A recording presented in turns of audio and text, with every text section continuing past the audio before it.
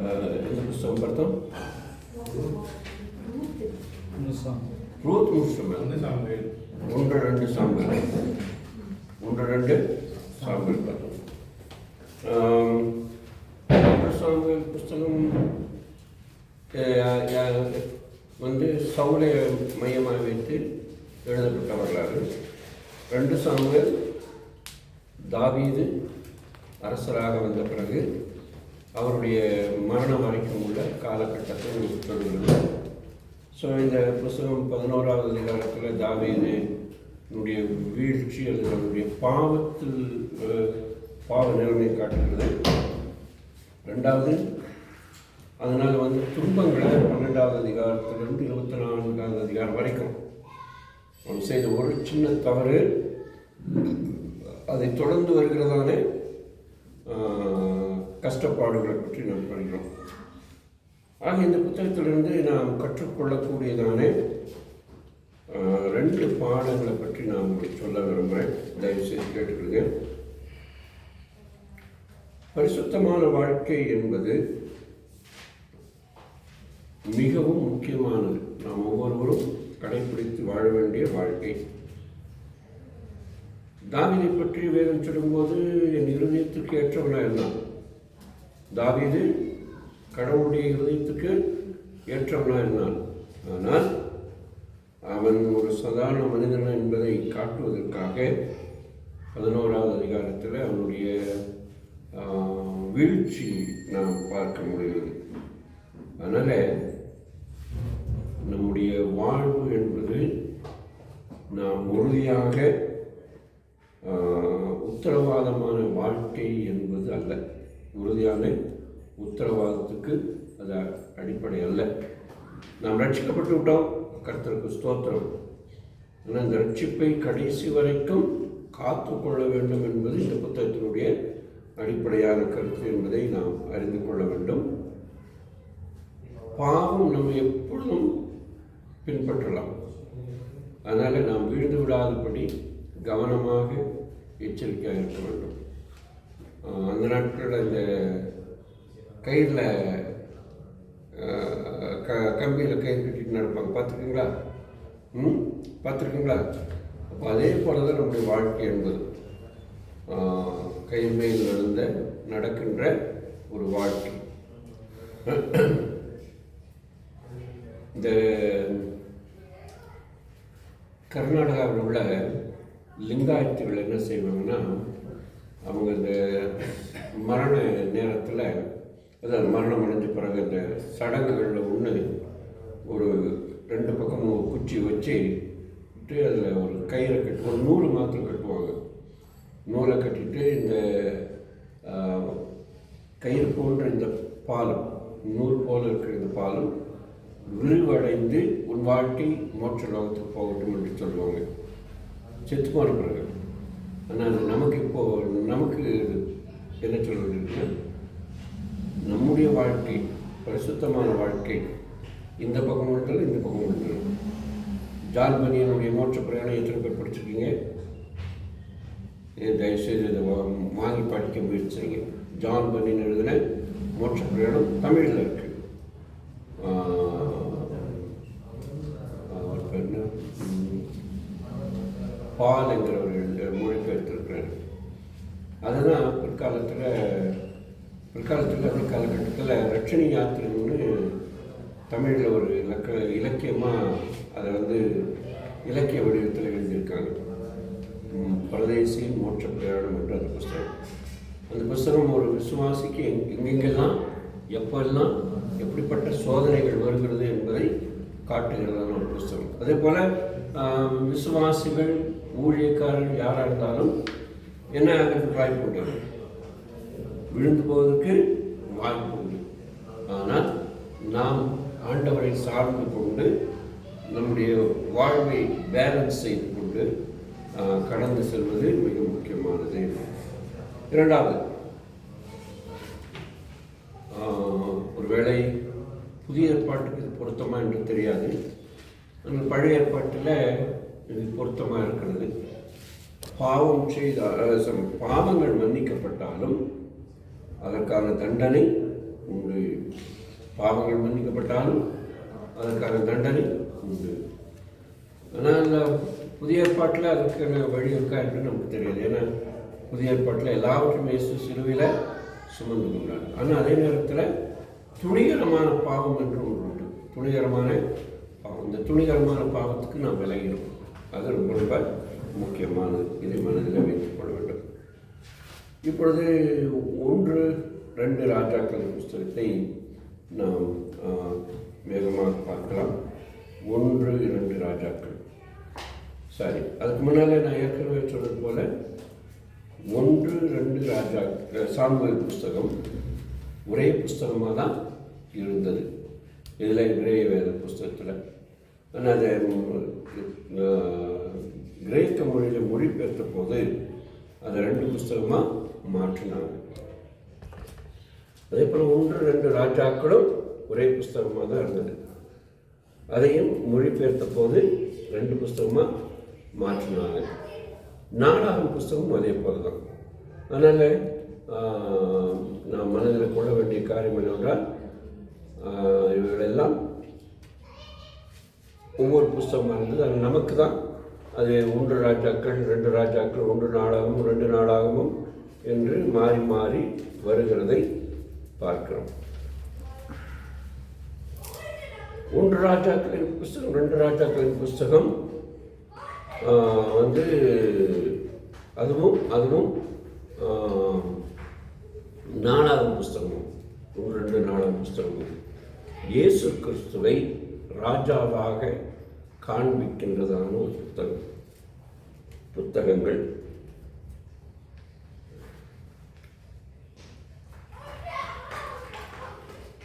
ஒன்று 2 ராஜாக்களின் புஸ்தகம் தாவீதின் வாழ்க்கைக்கு பிறகு ராஜாவாகிய சாலமோன் எப்படி அந்த ஆட்சிக்கு வந்தான், அவனுடைய ஆட்சியின் முழு விவரமும் அதில் சொல்லப்பட்டிருக்கிறது. அதைத் தொடர்ந்து 2-4ஆம் புஸ்தகத்தில் ராஜாவாகிய சாலமோனுடைய மரணத்துக்கு பிறகு அந்த நாடு எப்படி 2ஆக துண்டாடப்பட்டது. வடக்கே இஸ்ரவேலர்கள் கிட்டத்தட்ட 10 கோத்திரங்கள், தெற்கே 2 கோத்திரங்கள், தென் திசையில் 2 கோத்திரங்கள், யூதா கோத்திரமும் பென்யமீன் கோத்திரமும். ஆனால் அவங்க ஒரே யூதா கோத்திரமாக தான் அறியப்பட்டாங்க. வரலாற்றில் இஸ்ரவேலர்கள் முன்பதாகவே சிறைப்பிடித்து போகப்பட்டார்கள். சிறைப்பட்டு போனவர்கள் பக்தியாக இருந்தவர்கள், அங்கெங்கும் இருந்தவர்கள், நாட்டிலிருந்து நாடு கடத்தப்படாமல் அந்த நாட்டிலேயே மிச்சம் மீதி இருந்தவர்கள், அவர்கள் எல்லாரும் கலப்படமாக வேண்டிய சூழ்நிலை வந்தது. அசீரியர்களோடு கலப்பாக வேண்டிய சூழ்நிலை வந்தது. அப்படி கலப்பாக சூழ்நிலை வந்த போது அந்த கலப்பினத்தால் தனியாக பிரிந்து சமாரியர்கள் என்ற பெயரில் மாறினார்கள். கலப்பினத்தார் சமாரியர்கள். இந்த இஸ்ரவேலர்கள் அந்த 10 கோத்திரங்கள் இருந்தார்கள்வா, அவர்கள் இஸ்ரவேலருடைய பாவத்தை பார்த்து மனம் நொந்து முழு இதில் மீதியாக இருந்தவர்கள் கொஞ்சம் பேர் மனம் நொந்து, அதே மாதிரி நேரத்தில் மனம் வருந்தி தங்களுடைய கூட்டத்தை விட்டு பிரிந்து தென் பக்கத்தில் இருக்கிற யூதர்களோடு பங்கு கொண்டார்கள். இருந்தாலும் அவர்களுடைய அந்த கோத்திரத்துடைய பெயரை பாதுகாத்து கொண்டார்கள். எல்லாருமே பாவம் செய்தான்னு சொல்ல முடியாது. இப்போ இஸ்ரவேலர் பாவம் செய்தார்னா எல்லா இஸ்ரவேலரும் பாவம் செய்யவில்லை. அரசர் பாவம் செய்தார், அரசர் எவ்வழியோ அரசருடைய மக்களும் அவ்வழி என்று சொல்வார்கள், குடிகளும் அவ்வழி. அதனால் பெரும்பான்மையான மக்கள் பாவம் செய்தார்கள். ஆனால் பெரும்பான்மையான மக்கள் பாவம் செய்தாலும் எப்போதும் ஆண்டவர் ஒரு சின்ன கூட்டத்தை தமக்கென்று பாதுகாத்து கொண்டே வரும். இது எல்லா இடத்துலையும் பொதுவானது. இப்போ நமக்கு வட கொரியாவில் கிறிஸ்துவர்களே இல்லை என்று சொல்வார். அது பொய். வட கொரியாவிலேயும் கிறிஸ்துவுக்காக மறைமுகமாக ரகசியமாக கிறிஸ்துவை பின்பற்றுகள் இருக்கதான் செய்கிறார்கள். அதே போல பல நாடுகளை நாம் சொல்லலாம். அதில் ஒரு நாடு நான் சொல்லலாம். அரேபியர்களில் கிறிஸ்துவர்களே இல்லை என்று சொல்லப்பட்ட காலங்கள் இருந்தன. ஆனால் இன்றைக்கு அரேபியர்கள் நடுவில் அநேக கிறிஸ்தவர்களாக இருக்கிறார்கள். ஒரு சிலர் மறைமுக கிறிஸ்தவர்களாக இருக்கிறார்கள், ஒரு சிலர் வெளிப்படையாக கிறிஸ்தவர்களாக இருக்கிறார்கள். வெளிப்படையாக கிறிஸ்தவர்களாக இந்த நாட்டில் இருக்க முடிவதில்லை. இருந்தாலும் இப்பொழுது சட்டங்கள் திட்டங்கள் குறைந்து வருகிறதுனால, கடுமையான சட்டங்கள் இல்லாததுனால ஒரு சில நாடுகளில் கொஞ்சம் என்ன சொல்கிறது சுயாதீனம் இருக்குது. மற்றபடி பொதுவாக இல்லை. அதனால் இந்த மக்களுடைய வாழ்க்கையை நாம் பார்க்கும்பொழுது இதெல்லாம் நாம் கவனத்தில் கொள்ள வேண்டும். ஒருவேளை இந்த ராஜாக்களின் புஸ்தகத்தை எரேமியா எழுதியிருக்கக்கூடும் என்று கருதப்படுகிறது. ஏனென்றால் எரேமியாவுடைய புஸ்தகத்தில் வருகிற அநேக செய்திகள் ராஜாக்களின் புஸ்தகத்தில் வருகிறது. அதனால் இந்த புத்தகத்தை எரேமியா எழுதினார் என்று சொல்லப்படுகிறது. இதற்கு ஆதாரம் எதா இருக்கா என்று கேட்டால், யூதர்களுடைய பாரம்பரிய புத்தகமாகிய தால்முத் என்ற ஒரு புத்தகம் இருக்கிறது. தல்முத். அந்த தல்முத் என்ற புஸ்தகத்தில் இந்த குறிப்புகள் வருகிறது. எரேமியா எழுதினார் என்ற ஒரு குறிப்பு வருகிறது. இப்போ எருசலேமுடைய வீழ்ச்சியை குறித்து 2 ராஜாக்களின் புஸ்தகம் 22வது அதிகாரம் தெளிவாக சொல்கிறது. அதே போல எரேமியாவின் புஸ்தகத்தில் 52வது அதிகாரத்தில் இங்கே என்ன இருக்கிறதோ அது அப்படியே பதிவு செய்யப்பட்டிருக்கிறது. இங்கே 22வது அதிகாரத்தில் என்ன இருக்கிறதோ அதே இது எரேமியா 52வது அதிகாரத்தில் அப்படியே வருகிறதை நாம் பார்க்க முடியும். சில வார்த்தைகள் இந்த புத்தகத்துக்கும் அந்த புத்தகத்துக்கும் ஒரே போல இருக்கிறதை நாம் பார்க்கிறோம். 1 ராஜாக்கள் 14:3 எரேமியா 19:1 முதல் 10 வரைக்கும் கலகம் என்ற வார்த்தை வருகிறது. கலகம் என்ற வார்த்தை. அதே போல 1 ராஜாக்கள் 22:25 எரேமியா 42:10 எரேமியா 42:10 1 ராஜாக்கள் 22:25 எரேமியா 42:10 ஒளிந்து கொள் என்ற வார்த்தை பயன்படுத்தப்படுகிறது. ஆக இதெல்லாம் கிட்டத்தட்ட ஒரே கருத்தை சொல்கிறது என்பதை நாம் அறிந்து கொள்கிறோம். இந்த புத்தகம் எழுதப்பட்ட காலம் இஸ்ரவேல் மக்கள், அதாவது குறிப்பாக யூதேய மக்கள் பாபிலோனுக்கு சிறைப்பட்டு போன காலத்தில் எழுதியிருக்கக்கூடும். 1-2 ராஜாக்களின் புஸ்தகத்தை எரேமியா மக்கள் பாபிலோனுக்கு சிறைப்பட்டு போன காலகட்டத்தில், அதாவது கிமு 6வது நூற்றாண்டில் எழுதியிருக்கக்கூடும் என்று நம்பப்படுகிறது. அதற்கு ஆதாரமாக 1 ராஜாக்களின் புஸ்தகம் 8வது அதிகாரம் 8வது வசனத்திலையும் 2 நாளாகும் 5:9 நாம் இந்த கருத்துக்களை நாம் கவனித்து பார்க்க முடிகிறது. அங்கே இந்த நாள் வரைக்கும், இந்நாள் வரைக்கும் என்ற ஒரு சொல்லாடு பயன்படுத்தப்படுகிறது. இந்நாள் வரைக்கும் என்ற சொல் அதாவது கிட்டத்தட்ட 560க்கும் 550க்கும் இடைப்பட்ட அந்த காலத்தில் என்ன இருக்கிறதோ அதே நிகழ்வுகள் அல்லது அதே செயல்பாடுகள், அதே சொல்லாடல்கள் அன்றைக்கும் இருந்திருக்கிறது என்பதை நமக்கு குறிப்பிடுகிறதாக இருக்கிறது. இந்த ஒன்று ராஜாக்களின் புஸ்தகத்தில் 1-2 ராஜாக்கள் ஒன்று போல சொன்னாலும் ஒன்று ராஜாக்களின் புஸ்தகத்தில் என்று தனிமையாக சொல்லும்போது அதையும் நீங்கள் குறித்துக் கொள்ள வேண்டும். ஒன்று ராஜாக்களின் புஸ்தகத்தில் இந்த புஸ்தகம் எழுதப்பட்டதனுடைய ஒரு நோக்கம் நமக்கு தெரிகிறது. அந்த நோக்கம் என்னவென்றால், சாலமோனுடைய தலைமையின் கீழ் ஒரு ஒருங்கிணைந்த தேசம் இருப்பதை நாம் பார்க்க முடிகிறது. அந்த சாலமோனுடைய வாழ்வின் ரெண்டாவது 20 ஆண்டுகள், முதலாம் 20 ஆண்டுகள் நல்ல பக்திமான இருந்தார். இரண்டாவது 20 ஆண்டுகள், அவர் 40 ஆண்டுகள் ஆட்சி செய்தார் இல்லையா, அதில் முதல் 20 ஆண்டுகள் பக்தியாக இருந்தாலும் பின்னால் உள்ள 20 ஆண்டுகள் அவருடைய விழுகைக்கு பிறகு அவருடைய அனுபவங்கள் வேறாகுது. அதனால் இந்த தேசம் இரண்டாக பிளவுபட்டதற்கான நோக்கத்தை நாம் தெரிந்து கொள்ள முடிகிறது.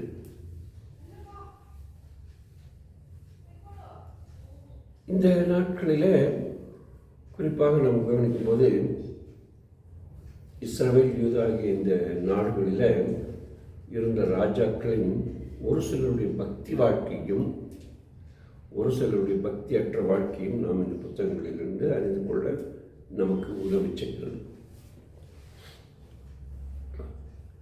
எப்படி விக்கிரக ஆராதனை தலை தூக்கினது என்பதையும் இந்த புத்தகம் நமக்கு சொல்கிறது.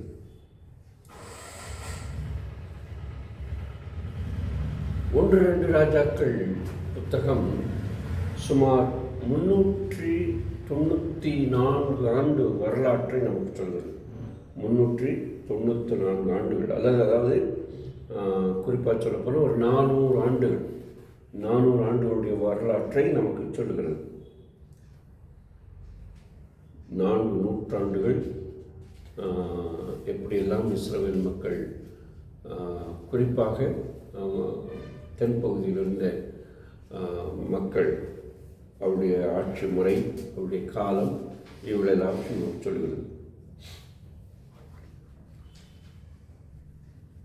4ஆம் புஸ்தகத்தில் முதல் 11 அதிகாரங்கள் இருக்கு இல்லையா, இந்த முதல் 11 அதிகாரங்கள் சாலமோனுடைய அரச வாழ்க்கையின் முதல் பாகத்தை, அவன் எப்படியாக அரசனாக்கப்பட்டான், எப்படியாக அரசனாக மாறினான் என்ற ஒரு அந்த வரலாற்று நிகழ்வை நமக்கு சொல்லுகிறது. நல்ல கவனிக்கணும், தாவீதுக்கு அநேக மனைவியர் இருந்தார்கள், அதில் அநேக ஆண் பிள்ளைகளும் இருந்தார்கள். சாலமோன் ராஜாவாக கூடாது என்று அவருக்கு எதிர்ப்பு தெரிவித்த ராஜாக்களும் உண்டு, ராஜாவுடைய பிள்ளைகளும் இருந்தார்கள். சாலமோனை ராஜாவாக்க வேண்டும் என்றவர்களும் இருந்தார்கள். அதனாலே ஒரு ஒரு ஒரு குழப்பமான நிலையில தான் சாலமோன் ராஜாவாக வந்தார். குழப்பமான சூழலில். அதற்கு பிறகு அவனுடைய ஜெப வாழ்க்கை நமக்கு இந்த 11 அதிகாரங்களில் நமக்கு சொல்லப்பட்டிருக்கிறது. அவனுக்கு கடவுள் விசேஷமாய் கொடுத்த ஞானத்தை குறித்தும் நாம் அங்கே பார்க்கலாம்.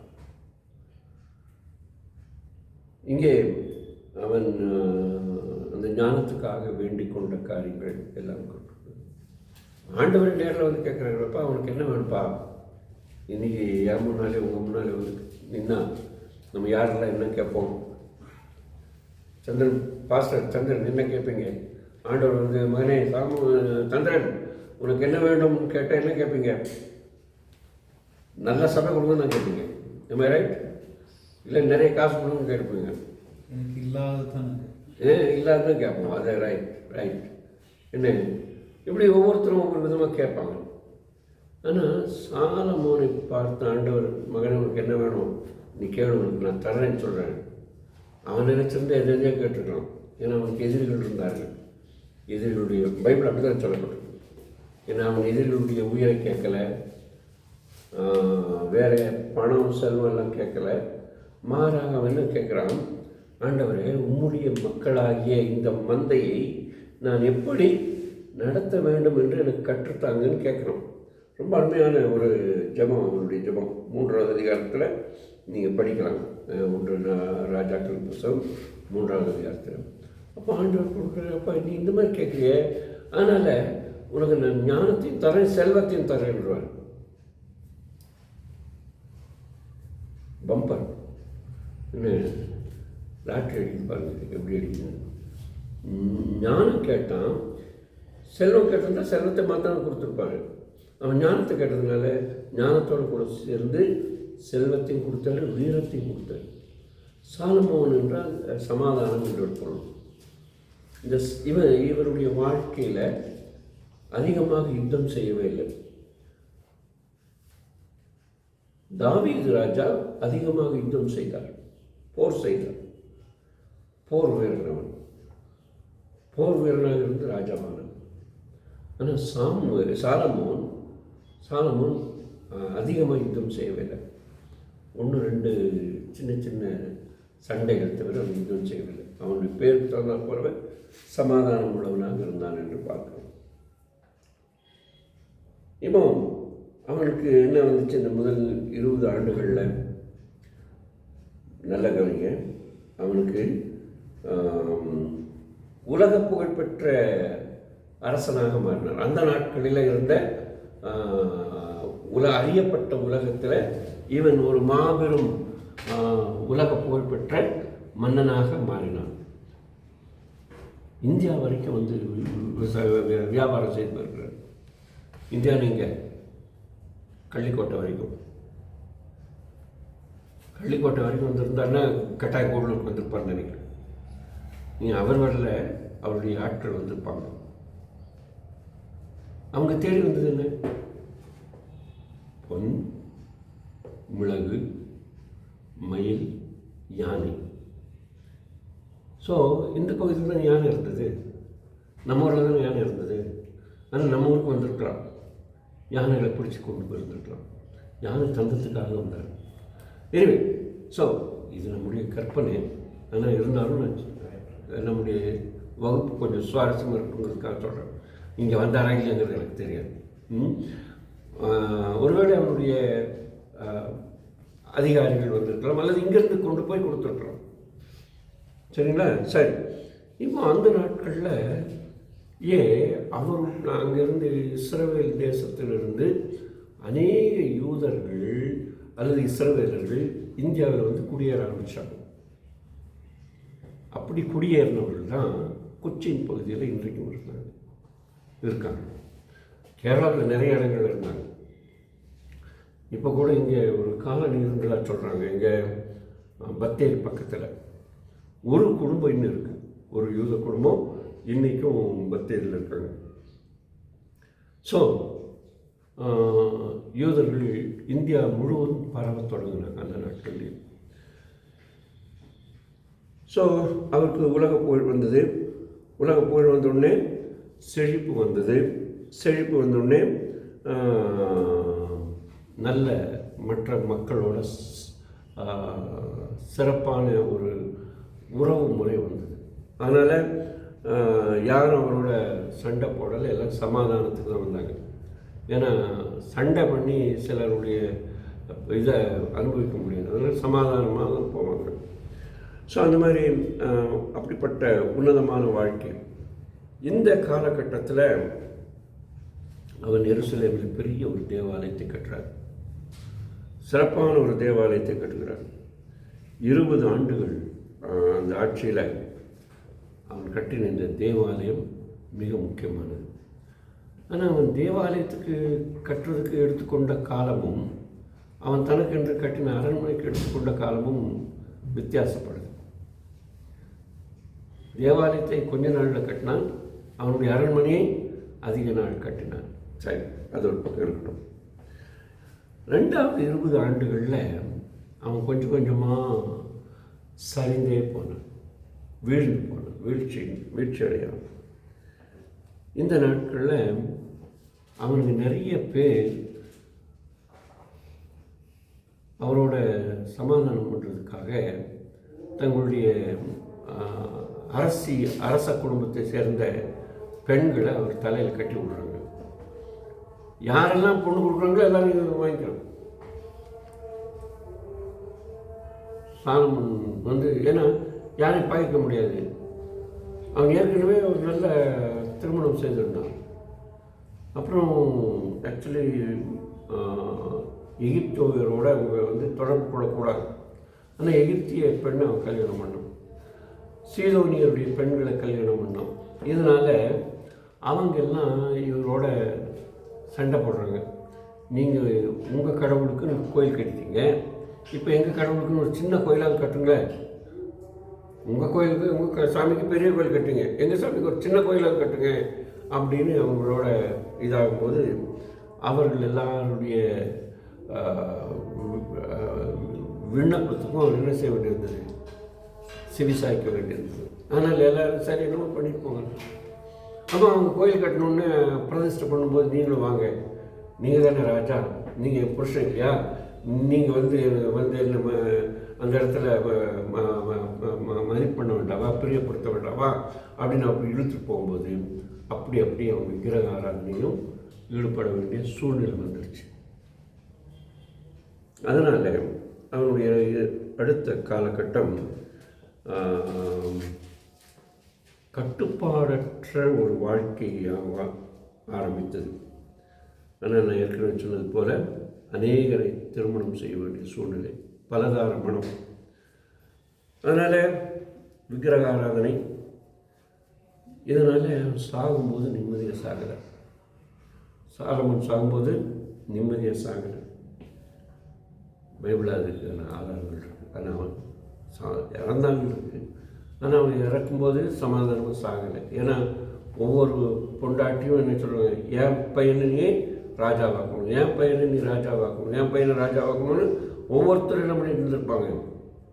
அவரை ட்ரஸ்ட் பண்ணிகிட்டு இருக்கும்போது அவன் எதை எடுக்கணும் எதை விடணும்னு அவனுக்கு தெரியாத ஒரு சூழல். அப்போது நான் நினைக்கிறேன் அவன் மனதளவில் பெரிதும் பாதிக்கப்பட்டிருக்கக்கூடும் என்று நான் தனிப்பட்ட முறையில் நம்புகிறேன்.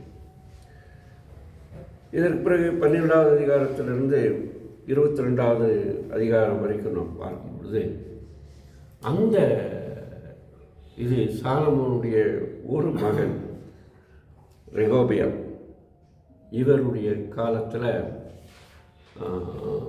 இவன் ஆட்சி செய்த முதல் அந்த நாட்கள், ஆரம்ப நாட்களில் அந்த ஊர் ராஜாக்கள், அந்த ஊரில் இருக்க பெரிய மனுஷாலாம் சொல்கிறாங்க, ரெகோபியாம் நீங்கள் ஆட்சிக்கு வந்தது நல்லது, இப்போ நாங்கள் உங்கள்கிட்ட ஒரு விண்ணப்பம் வைக்கிறோம், நீங்கள் கொஞ்சம் கேளுங்க. உங்கள் அப்பா சாலமோன் எங்களால் சுமக்க முடியாத அளவுக்கு என்ன செய்தார், ஜிஎஸ்டி போட்டார். என்ன பயங்கர டேக்ஸ், அவர் எங்களை டேக்ஸ் பண்ணிட்டார். நாங்கள் இப்போ என்ன பண்ணுறோன்னு எங்களுக்கு புரியலை. அதனால் நீங்கள் எங்களுக்கு ஏதாவது இது செய்து எங்கள் டேக்ஸ் எல்லாம் கட் பண்ணுங்கள். இப்போ நம்ம எல்லாம் இதுக்கு கேட்டுக்கிட்டு இருக்கோம்ல, ஜிஎஸ்டி டேக்ஸ் கம்மி பண்ண சொல்லி, அது மாதிரி எங்கள் மேலே இருக்கிற அந்த வரி சுமையை குறைங்கன்னு. ஏன்னா நிறைய பேர் இப்போ இந்த வரி சுமையினால் தான் கஷ்டப்படுறாங்க. ஒரு பொருளுக்கு சாதாரணமாக என்ன இருக்கணும், 100 ரூபாய் இருக்கணும். இப்போ வரி போடும்போது 118 ரூபா 120 ரூபா வந்துடும் ஆச்சுங்களா. இந்தியா சுதந்திரம் வாங்கும்போது உப்புக்காக வரி வாங்கினாங்கிற ஒரே காரணத்துக்காக தான் வெள்ளைக்காரனை எதிர்த்தாங்க. ஆனால் இப்போது அவன் போட்ட அந்த வரியை விட பல 100 மடங்கு ஜாஸ்தி வரி இப்போ நம்ம தலையில் சுற்றி கட்டி போட்டிருக்காங்க. பிஜேபி கவர்மெண்ட் வர்ற வரைக்கும் இந்த மாதிரி ஒரு பெரிய வரி நம்ம தலையில் இருக்குது. ஆனால் இப்போது பிஜேபி கவர்மெண்ட் அது சொல்லுவாங்க, இந்த அரசியல் நோக்கர்கள் சொல்லுவாங்க, அந்த சிஸ்டத்தை கொண்டு வந்து காங்கிரஸ்ன்னு சொல்லுவாங்க. ஆனால் நமக்கு தெரியாது. நமக்கு அந்த அளவுக்கு அரசியலில் ஈடுபாடு கிடையாது, அதனால் நமக்கு தெரியாது. ஆனாலும் அதை யார் இம்ப்ளிமெண்ட் பண்ணுறாங்கிறது தான் இப்போ முக்கியம். அப்படி இம்ப்ளிமெண்ட் பண்ணதில் இப்போ பிஜேபி தான் இம்ப்ளிமெண்ட் பண்ணியிருக்காங்க. அதனால் இப்போ நம்ம எல்லாம் யாரை தான் குற்றம் சொல்கிறோம்? பிஜேபியை குற்றம் சொல்கிறோம். அதனால் அதே போல் இப்போ இங்கே வந்து சாலமோனுடைய மகன் ரெகோபெயாம் கிட்ட வந்து கேட்குறாங்க, கொஞ்சம் வரியெல்லாம் கம்மி பண்ணுங்கன்னு. அவர் சொல்கிறாரு, நான் அதெல்லாம் செய்ய மாட்டேன். ஃபஸ்ட்டில் அவர் என்ன சொல்கிறாரு, நீங்கள் போயிட்டு நாளைக்கு வாங்கன்னு சொல்கிறார். ஏன்னா அவர் தீர்மானம் எடுக்கிறதுக்கு கொஞ்சம் டைம் வேண்டி இருந்தது. ஏன்னா அவருக்கு ஞானம் இல்லை, அவ்வளோ அவங்க அப்பா போல் ஞானம் இல்லை. அதனால் கொஞ்சம் எனக்கு போயிட்டு வாங்கன்னு சொல்லிட்டு ஃபஸ்ட்டில் என்ன செய்கிறாரு, அந்த ஊரில் வயதில் மூத்தவங்களோட ஆலோசனை பண்ணுறாங்க. அவங்க வந்து சொல்கிறாங்க, நீங்கள் மக்களுடைய இதை கேளுங்க, மக்கள் உங்களுக்கு நல்லதான்னு சொல்கிறாங்க, அவங்களுக்கு கொஞ்சம் குறைச்சி கொடுங்க, அதனால் அவங்க குறைச்சி போட்டோம், அதனால் உங்களுக்கு சமாதானம் இருக்கணும். அப்புறம் அதே நேரத்தில் அவர் வந்து மறுநாளில் அன்றைக்கி என்ன நினைக்கிறேன், பைபிள் சொல்லுது, அவனோட வளர்ந்த பிள்ளைகள் இப்போ இந்த பணக்கார குடும்பங்களில் பசங்கள்லாம் பொறுப்பு இல்லாதவங்களாம் இருப்பாங்களாம். கேள்விப்பட்டிருக்கீங்களா? ஏன்னா அவங்களுக்கு அடுத்த நேரம் சாப்பாட்டுக்கு என்ன பண்ணணுன்னு அக்கறை இருக்காது. அதனால் பொதுவாக அதனால் அவங்க வந்து பொறுப்பு இல்லாமல் இருக்கிறதுனால சரியாக யோசிக்க மாட்டாங்க. அதனால் அதே போல் இருந்ததுனால இவன் அந்த மாதிரி பிள்ளைங்களோட பழக்கம் வைத்ததுனால அவங்ககிட்ட கேட்குறான், ஏதாவது நம்ம இவங்க இப்படி கேட்குறாங்க, இவங்களுக்கு என்ன பதில் சொல்லணும், பதில் ஏதாவது சொல்லுங்களேன் போது அவனுடைய ஆலோசனை அவங்க சொல்கிறாங்க, டேய் எங்கள் அப்பாவுடைய இடுப்பு என் கைவரலாக இருந்தால் என்னது இன்னும் பெருசாக இருக்கும் அப்படின்னு அவன் கொஞ்சம் சொல்லிடுறோம். அதனால் உங்கள் மேலே இன்னும் எக்ஸ்ட்ரா வரி போடுறேன்னு சொன்னோன்னே அப்போ தான் அங்கே பிரச்சனை ஆரம்பிக்குது. 4 2 பிரிஞ்சு போகுது. அந்த நாட்களில் யெரொபெயாம்னு ஒருத்தவங்க ஏற்கனவே சாலமோனுடைய நாட்கள் இருந்தான். அந்த யெரொபெயாம் சாலமோனுடைய காலத்திலிருந்து சாலமோனோட ஒரு சின்ன பிரச்சனைனால வெளிநாடு போய் இப்போ சாலமோன் இறந்தாருன்னு கேள்விப்பட்டு வந்து அப்படியே இவரோட இப்போ பேசுகிறாரு. இப்போ அந்த காலகட்டத்தில் அவர் வந்து அந்த இவர் தான் இந்த கலகக்காரர்களை கூப்பிட்டு போய் அந்த கலக்காரில் இந்த நியாயம் கேட்க போனவங்கள கூப்பிட்டு போகிறாரு. அப்போ இல்லைன்னு ஒன்று இவங்க என்ன பண்ணிடுறாங்க, நாங்கள் இவரை தனியாக ராஜாவாக்கி நாங்கள் 10 கோத்திரம் உங்கள்கிட்ட இருந்து பிரிஞ்சு போகிறோம்னு சொல்லி அன்றைக்கி பிரிஞ்சது. அன்றைக்கி பிரிஞ்சவங்க 2 குரூப்பாக மாறிடுறாங்க, ரெகோபெயாம் யெரொபெயாம்னு. சரி, இப்போ இந்த வட தேசத்தில் இருந்தவங்களுடைய இது வந்து அவங்க கடவுளை மறந்து போகிறாங்க. ஏன்னா அந்த யெரொபெயாம் என்ன சொல்கிறாரு, இஸ்ரவேல் மேலேருந்து கடவுளை இது பண்ணணுன்னு எருசலேமுக்கு தருவணும். அப்படி ஒருவேளை எருசலேமுக்கு வந்தாங்கன்னா இங்கே எருசலேம் பகுதியில் இருக்கிறவங்க இவங்களை மனம் மாற்றிடுவாங்க. மனம் மாற்றினோடனே இவங்க வந்து நமக்கு கீழ்ப்படிய மாட்டாங்க. அதனால் இவங்களுக்குன்னு ஒரு சாமி உண்டாக்குறேன்னு சொல்லி அவர் வேற ஒரு இடத்துல கோயில் கட்டிடுறாரு. அது இஸ்ரவேல் தேவன் சொன்ன 10 கட்டளைக்கு எதிரான ஒரு கோயிலாக இருக்கும். ஸோ இதனால் பெரிய பிரச்சனைகள்லாம் வருது இந்த நாட்களில். எப்படிங்க சாலமோனுடைய அவன் யெரொபெயாம் தானே, ரெகோபெயாம் ரெகோபெயாம். ஆமாம், அவர் யெரொபெயாம்.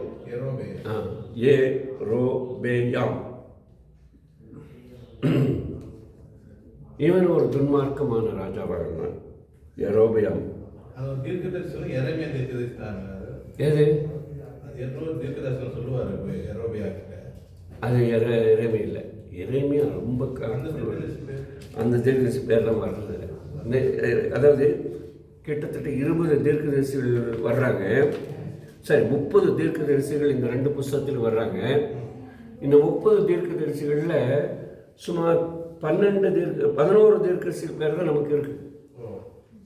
நிறைய பேருக்கு தீர்க்கதரிசிகளுடைய பெயர்கள் எல்லாம் சொல்லப்படுறதில்லை. சரிங்களா?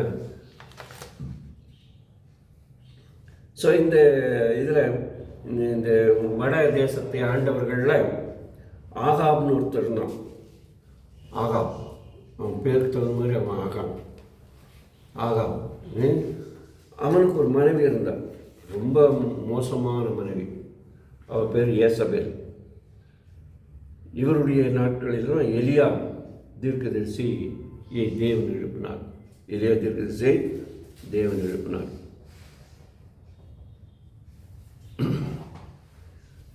சரி, இப்போ இந்த புத்தகத்திலிருந்து நாம் கற்றுக்கொள்கின்ற ஒரு சில பாடங்களை மாத்திரம் பார்த்துட்டு நம்ம அடுத்த இதுக்கு போவோம். தேவன் செய்த வாக்குறுதியை நிறைவேற்றுவார். தேவன் செய்த வாக்குறுதியை நிறைவேற்றுவார். கடவுள் தம் பிள்ளைகளுக்கென்று என்ன வாக்குறுதி கொடுத்திருந்தாலும் அதை நிறைவேற்றாமல் விடமாட்டார். தாவீதுக்கும் சரி, சாலமோனுக்கும் சரி, அவர் கொடுத்த வாக்குறுதியை அவர் இறுதி வரை வைத்திருந்தார். இப்போ நமக்கெல்லாம் ஊக்கமூட்டக்கூடிய இன்னொரு செய்தி இந்த ராஜாக்களின் புஸ்தகத்திலிருந்து நாம் படிக்கக்கூடியது என்னவென்றால், தேவன் ஆளுகை செய்கிறார். தேவன் ஆளுகை செய்கிறார். இன்னைக்கு கொஞ்ச நேரத்துக்கு முன்னால் நாங்கள் எலெக்ஷன் இதை பார்த்துருந்தோம், நானும் பாஸ் பிரபு. அந்த எலெக்ஷன் இதில் பார்க்கும்போது மகாராஷ்டிராவில் பிஜேபி வந்துருச்சு. நமக்கு பக்கம்னுது, இவனுக்கு வந்துட்டாங்களேங்கிற மாதிரி. அந்த பக்கம் காங்கிரஸ். சரி, இப்போ நம்ம இந்த அரசியல் பேசுகிறதில்ல. ஆனால் இதில் ஒரு முக்கியமான இது என்னென்னா, நம்மளை பொதுவாக நம்ம மாம்சீகமாக பேசும்போது ஐயோ காங்கிரஸ் வந்துட்டாங்க, ஐயோ பிஜேபி வந்துட்டாங்க, ஐயோ டிஎம்கே வந்துட்டாங்க, ஐயோ ஏடிஎம்கே வந்துட்டாங்க, ஐயா அந்த கட்சி வந்துட்டாங்க, இந்த கட்சி வந்துட்டாங்கன்னு ஐயோ சொல்கிறோம். ஆனால் ஒன்று நம்ம தெரிஞ்சுக்க வேண்டியது என்னென்றால், தேவாதி தேவனாகிய நம்முடைய தேவன் ராஜாக்களுக்கெல்லாம் ராஜா. அவர்தான் ஒவ்வொரு ராஜாவும் ஏற்படுத்துகிறார். அவரை பற்றி சொல்லும்போது அவர் ராஜாக்களை தள்ளி ராஜாக்களை ஏற்படுத்துகிறார். பாபிலோன் ராஜா நேபுகாத்நேச்சார், அவரை யாராலும் அசைக்க முடியல. ஆனால் அவரையே பைத்தியம் பிடிக்க வச்சு தேவன் அவர் என்ன செஞ்சார், சிங்காசனத்திலிருந்து தள்ளிவிட்டார். ஸோ அதனால் நம்முடைய தேவன் ராஜாக்களுக்கெல்லாம் ராஜா, தேவனுக்கெல்லாம் தேவன். அவர் தானியேல் 2வது அதிகாரம் 21வது வசனத்தில் சொல்லப்பட்டது போல அவர் ராஜாக்களை தள்ளி ராஜாக்களை ஏற்படுத்துகிறார். இன்றைக்கி நான் ராஜாக்கள்னு சொல்லும்போது நம்ம ஊரில் இருக்கிற பிரசிடென்ட்ஸும் கூட சொல்லலாம். நம்ம பஞ்சாயத்து யூனியனோ அல்லது முனிசிபாலிட்டியோ அதனுடைய தலைவர்களையும் தேவன் தான் ஏற்படுத்துகிறார் என்பதை நாம் அறிந்து கொள்ள வேண்டும். ஒருவேளை அவங்க நமக்கு பிரியமில்லாதவங்களாக இருக்கலாம், ஆனாலும் தேவன் அவர்களை ஏதோ ஒரு நோக்கத்துக்காக ஏற்படுத்துகிறார் என்ற உண்மையை நாம் தெரிந்து கொள்ள வேண்டும். இதில் ஒரு முக்கியமான காரியம், யாரெல்லாம் கடவுளுடைய கட்டளைக்கு கீழ்ப்படிகிறார்களோ அவர்களை ஆண்டவர் நிறுத்துவார். யாரெல்லாம் கடவுளுடைய கட்டளைக்கு கீழ்ப்படியவில்லையோ அவர்களை அவர் வெறுத்து தள்ளி அவர்களை கீழாக்குவார். தேவன் ராஜாவாகிய சாலமோனுடைய ராஜ்யத்தை பிரித்து சாலமோனுடைய வேலைக்காரனாகிய யெரொபெயாம் கையிலே கொடுத்தார். யெரொபெயாமுடைய கையில் கொடுத்தார். ஆக அவர் ராஜாவுடைய கையிலிருந்து வேலைக்காரனுடைய கைக்கும் கொடுக்க முடியும் என்ற அந்த முக்கியத்துவத்தை நாம் அறிய வேண்டும். சரி, தேவன் தம்மை ஆராதிக்கிறவர்களை விரும்புகிறார். சாலமோனுடைய நாட்களில் சாலமோன் கட்டின தேவாலயத்தில் மக்கள் தேவனை ஆராதித்தார்கள். மக்கள் தேவனை ஆராதித்தார்கள். அந்த ஆராதனை கொஞ்ச நாளிலே ஆராதனைக்குள்ளே குழப்பங்கள் வந்து பிரச்சனைகள் வந்து தீட்டான போது தேவன் அதற்கென்று, அதாவது இது விசேஷமாக வட இஸ்ரவேலுக்கு சொல்லுகிறேன். ஏனென்றால் அவர்கள் கோயில் இல்லை, தேவாலயம் இல்லை. அதனால் அவர்கள் என்ன செய்தார்கள், அங்கங்கே உயர் ஸ்தலங்களில் மரத்தின் கீழே அவர்கள் ஆராதனை செய்து கொண்டார்கள். அவர்கள் மத்தியில் தேவன் ஒரு எலியாவை எழுப்பினார். எலியாவை தேவன் எழுப்பினதுனால எலியாவின் மூலமாக தேவன் மக்களை மெய் தேவனாகிய கடவுளத்தில் வழி நடத்தினார். பேக் டு பைபிள் மாதிரி பேக் டு காட். ஆண்டவர் பக்கத்தில் மக்களை வழி நடத்தினார். அதற்கு எலியாவுடைய வாழ்க்கை பெரும் சவாலாக இருந்தது. ஒரு சம்பவத்தில் பலி செலுத்துகிற அந்த சம்பவம் உங்களுக்கு தெரியும் நினைக்கிறேன். எலியா பலி செலுத்துகிறார்ல, பலி செலுத்தும்போது மற்ற பாகாலுடைய தீர்க்க பலி செலுத்துகிறார்கள். பாகால் தீர்க்கதரிசிகள் பலி செலுத்தும்போது ஒன்றும் நடக்கலை. ஆனால் எலியா பலி செலுத்தும்போது எப்படி பலி செலுத்துகிறாரு, கட்டி எல்லாம் வச்சு அந்த பலியை வெட்டி வச்சுட்டு அது ஃபுல்லாக தண்ணீரால் நிரப்புறாரு. அப்புறம் வானத்திலிருந்து அக்னி இறங்குது. அக்னி இறங்கி அந்த தண்ணியை நக்கிடுச்சின்னு பைபிள் சொல்லு. அதாவது அதை வந்து இல்லாமல் ஆக்கிடுச்சு.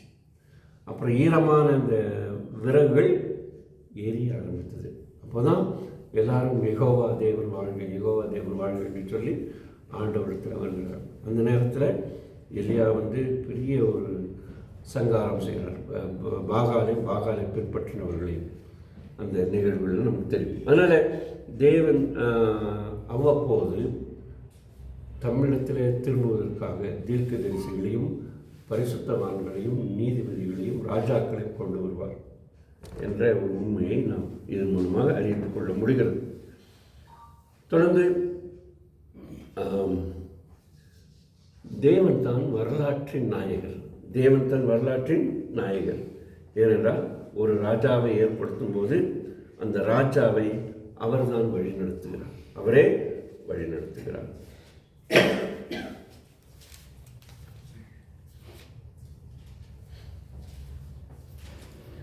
ஒன்று ராஜாக்கள் 18:38 நம்ம அதை பார்க்கலாம். இது இந்த எலியாவுடைய அந்த பலி குறித்து நம்ம பார்க்கலாம்.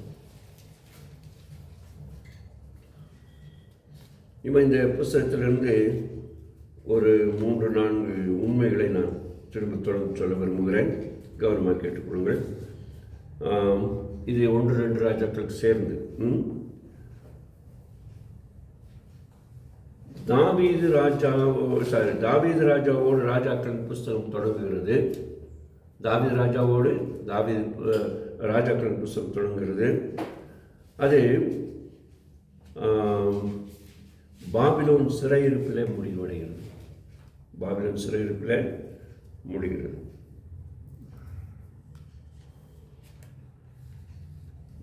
தேவாலயம் கட்டப்படுவதோடு தொடங்கி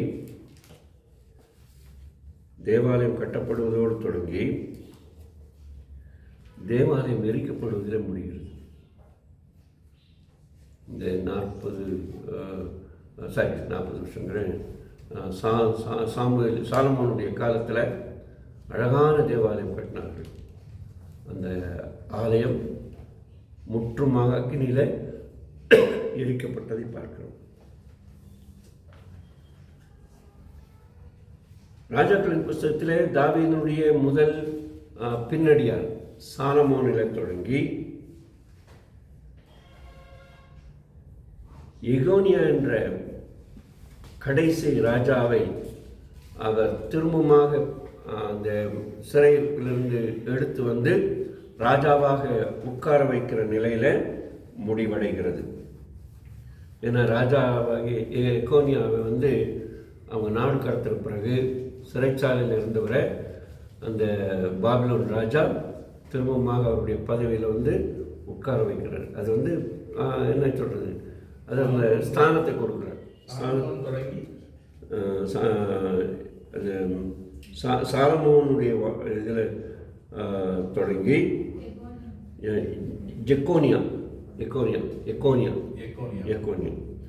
எக்கோனியா வந்து சிறையிருப்பிலிருந்து விடுதலையாக்கி அந்த பாபிலோன் ராஜாவோடு கூட சரிசமமாக உட்கார வைக்கிறார்.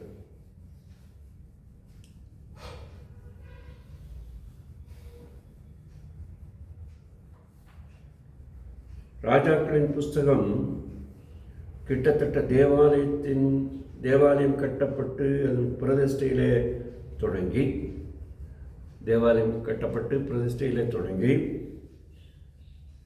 பாபிலோன் சிறையிருப்புக்கு போய் இந்த தேவாலயம் முற்றுமாக அழிக்கப்பட்ட அந்த வரலாறோடு முடிவடைகிறது.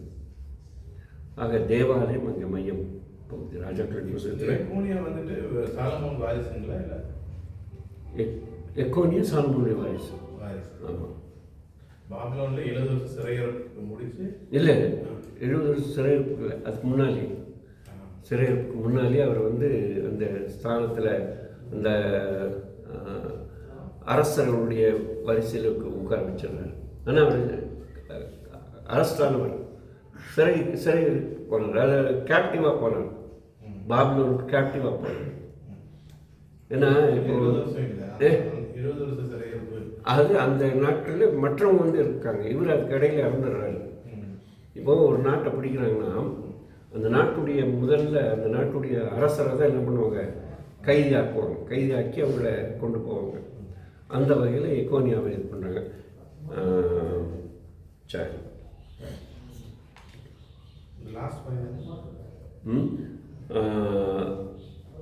ராஜாக்களின் புஸ்தகம் தேவாலயம் கட்டப்பட்டு பிரதிஷ்டை செய்யப்பட்ட அந்த நிகழ்வோடு தொடங்கி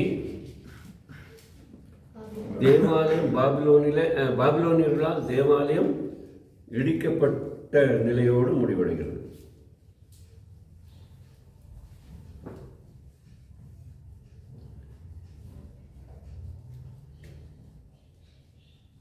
இங்கே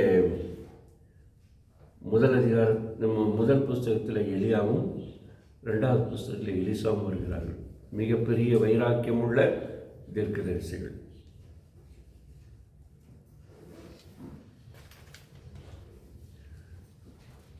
உங்களுக்கு நேரம் இருக்குமானா நீங்கள் அசைன்மெண்ட் இல்லை, நீங்கள் ஒரு சின்ன ஸ்டடி கூட பண்ணலாம். சாலமோனுடைய வாழ்க்கையை பற்றி.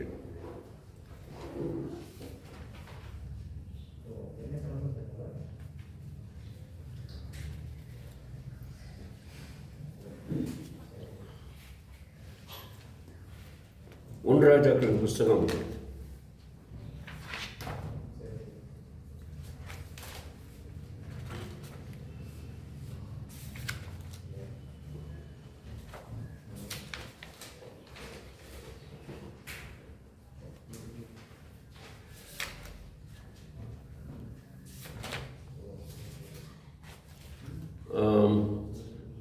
11வது புஸ்தகமாக வருது. முழு வேதாங்கத்தில் 11வது புஸ்தகமாக வருகிறது. இதில் 22 அதிகாரங்கள் இருக்கிறது. 816 வசனங்கள் வருகிறது. சுமார் 66 கேள்விகள் இந்த புஸ்தகத்தில் இருக்கிறது. இந்த ஸ்டாட்டிஸ்டிக்ஸ் உங்களுக்கு பிரயோஜனத்துக்காக சொல்கிறேன்.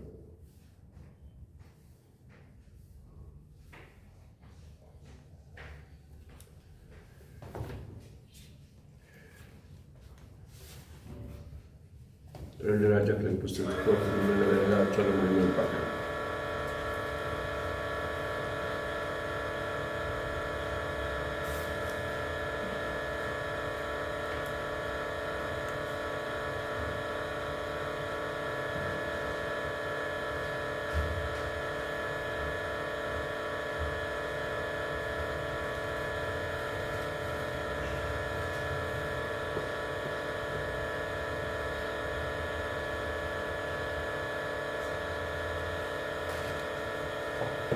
ரெண்டு ராஜாக்களின் புஸ்தகம்.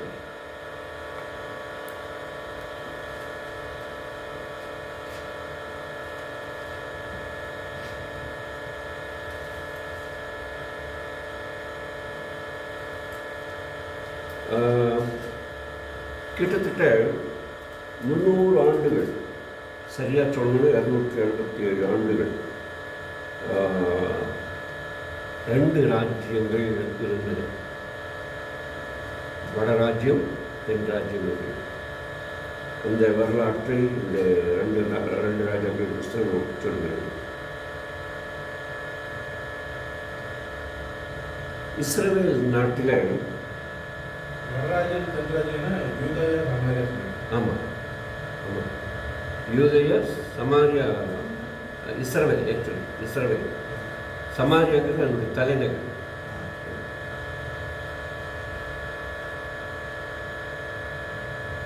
இப்போ இஸ்ரவேல் நாட்டில்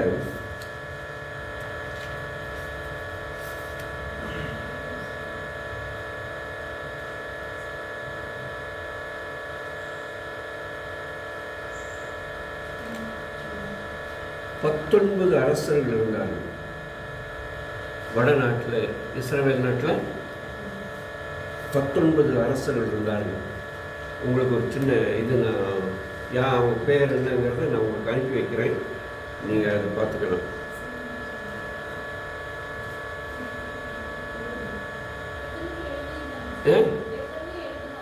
அப்படி எழுதிட்டீங்களா? அவங்க பேர்லாம் அனுப்பிச்சிட்டேண்ணா. எல்லாம் பேர்லாம் எழுதிட்டீங்களா? ஓ சரி, பரவாயில்ல, வாழ்த்துக்கள் வாழ்த்துக்கள். சரி, நீங்கள் என்ன சொல்லுவாங்களே, எண்ணெய்னா எள்ளுன மாதிரி எழும். சரி, கவனமாக பாருங்க. இந்த இஸ்ரவேலை ஆண்ட வடராஜ்யத்தில் 2 யெரொபெயாம்கள் இருந்தார்கள். 2 யெரொபெயாம்கள் இருந்தார்கள். இஸ்ரவேல் நாடு, அதாவது சாலமோனுடைய சந்ததி அல்லாதவர்கள். சரிங்களா? 2 யெரொபெயாம்கள் இருந்தார்கள். யெரொபெயாம் 1, யெரொபெயாம் 2ன்னு சொல்லி.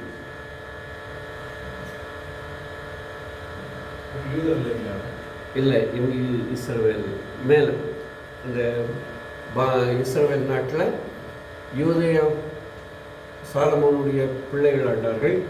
மேலே இருந்தவங்க இந்த யெரொபெயாம், அவரும் அவருடைய மற்றவர்களும் ஆண்டார்கள்.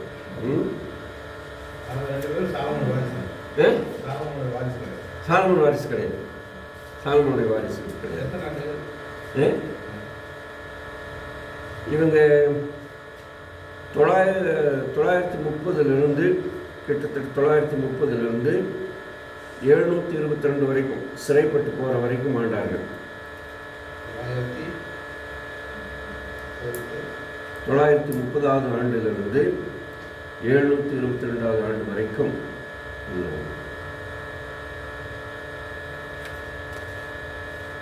அதே போல யூதேயாவை தென் தேசத்தை 20 ராஜாக்கள் ஆண்டார்கள். 20 ராஜாக்கள். இவங்களும் 930 586 வரைக்கும், 930 586 வரைக்கும்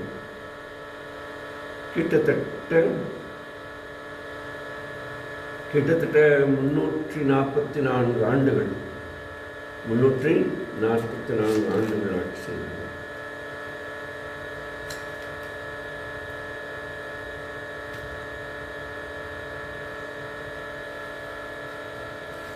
ஒன்று ராஜாக்களின் புஸ்தகத்தில் எலியா வர்றாரு. 2 நாளாகமத்தில் எலிசா முக்கியமான தீர்க்கதரிசியா.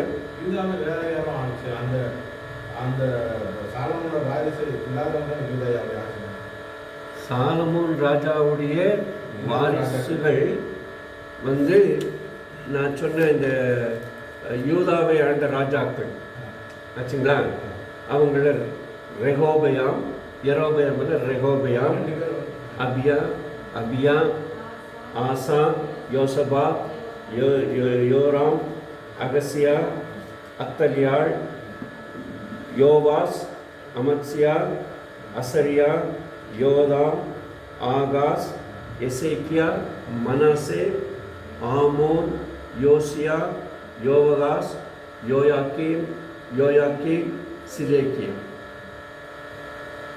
சிதேக்கியா.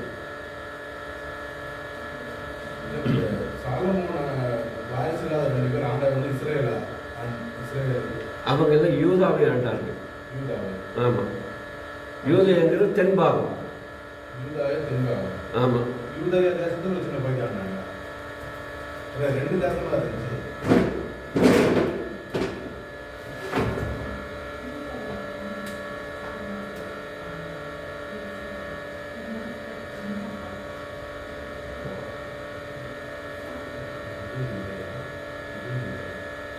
பாருங்க, இது ஒரு வகையில் சொல்ல போனால் பாலஸ்தீன இஸ்ரவேல் ஆச்சுங்களா. இப்போ கிட்டத்தட்ட இந்த பாகம் இருக்குல்ல, இது யூதா.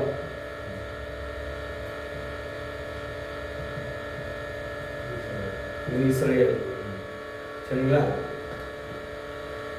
இது வந்து நான் ஏற்கனவே சொன்னது போல சாலமோனுடைய மகன்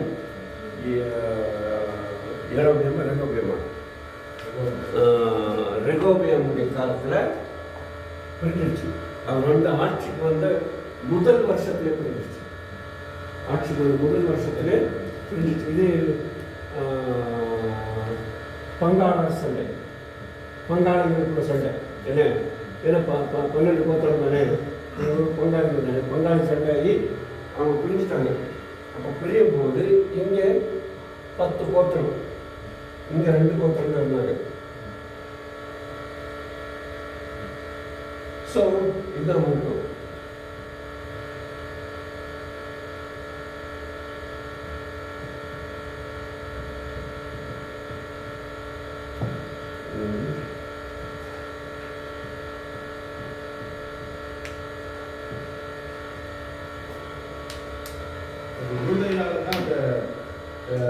இஸ்ரவேலர் இல்லாத 2 ராஜாக்கள் ஆண்டாங்க.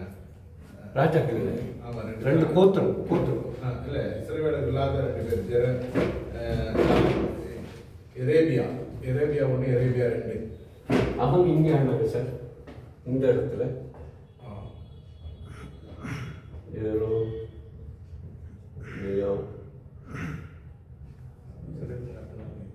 யரோபியாம் இங்கே ஃபர்ஸ்ட் ஒருத்தன் பேர் யரோபியாம். அவன் தான் அந்த கலகத்துக்கு முக்கிய காரணம். அவனுக்கு பிறகு ரொம்ப காலத்துக்கு பிறகு இன்னொருத்தர் வர்றாரு. அதனால் ஹிஸ்ட்ரியில் அவங்கள 2ஆம் யரோபியாம்னு சொல்லுவாங்க. அந்த மாதிரி யூதயா இது இஸ்ரேல் நாட்டில் இல்லை. இது 2 சேர்த்து சொல்கிறதுனால கொஞ்சம் உங்களுக்கு கன்ஃபியூஷனாக இருக்கும். சரி, இன்னொரு தடவை நான் பேரை படிக்கிற நல்ல கவனமாக கேட்டுக்கிறேங்க. யூதாவை இஸ்ரவேலை ஆண்டவர்கள் பாருங்க, கவனமாக கேளுங்க. இந்த பகுதியை ஆண்டவங்க கொஞ்சம் பேர் நான் அசைன்மெண்ட் பண்ணியிருக்கீங்க. இங்கே ஆண்ட இந்த 10 கோத்திரத்தை ஆண்ட ராஜாக்குடைய பேர்கள் 19 பேர் நான் சொல்கிறேன், நல்ல கவனமாக கேட்டுக்கிறீங்க. ஃபஸ்ட்டு வந்து யரோபயாம் 22 வருஷம் ஆட்சி செய்கிறாரு. 22 வருஷம் ஆட்சி செய்கிறாரு.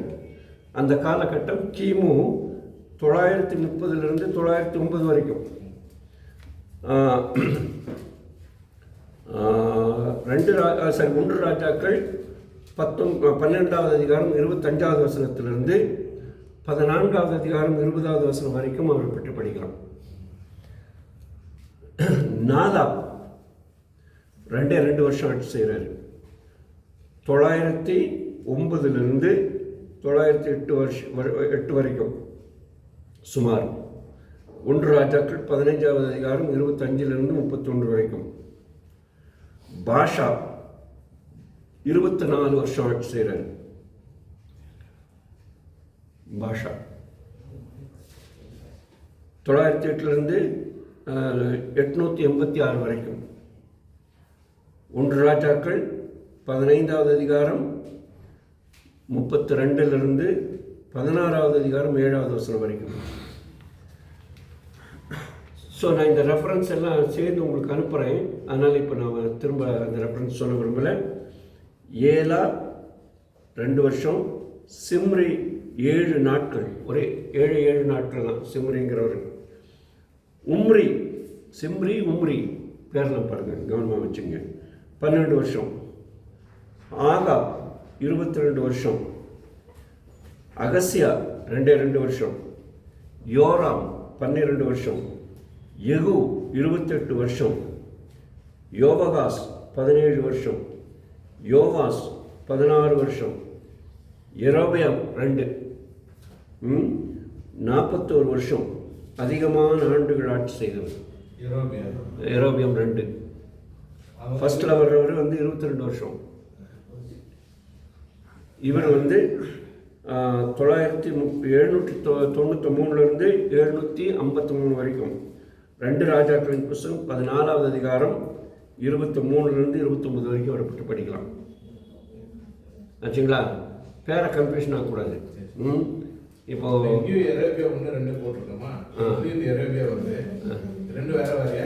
இல்லை, நான் சொன்னதான் சொல்கிறேன். அந்த யெரொபெயாம் ஃபஸ்ட்டு 2ன்னு சொன்னேன்ல, அவங்க வரிசைப்படி நான் சொல்லும்போது இப்போ இப்படி சொல்கிறேன் நான். ஆமாம், இதை நான் உங்களுக்கு கொஞ்ச நேரத்தில் உங்கள் கையில் இந்த இது கிடைக்கும். அப்போ இந்த வசனத்தோடு நீங்கள் படிச்சுக்கணும். சகரியா 6 மாதம். சகரியா 6 மாதம். சல்லும் ஒரு மாதம். மேலேகாம் 10 வருஷம். பெக்காய்கா 2 வருஷம்.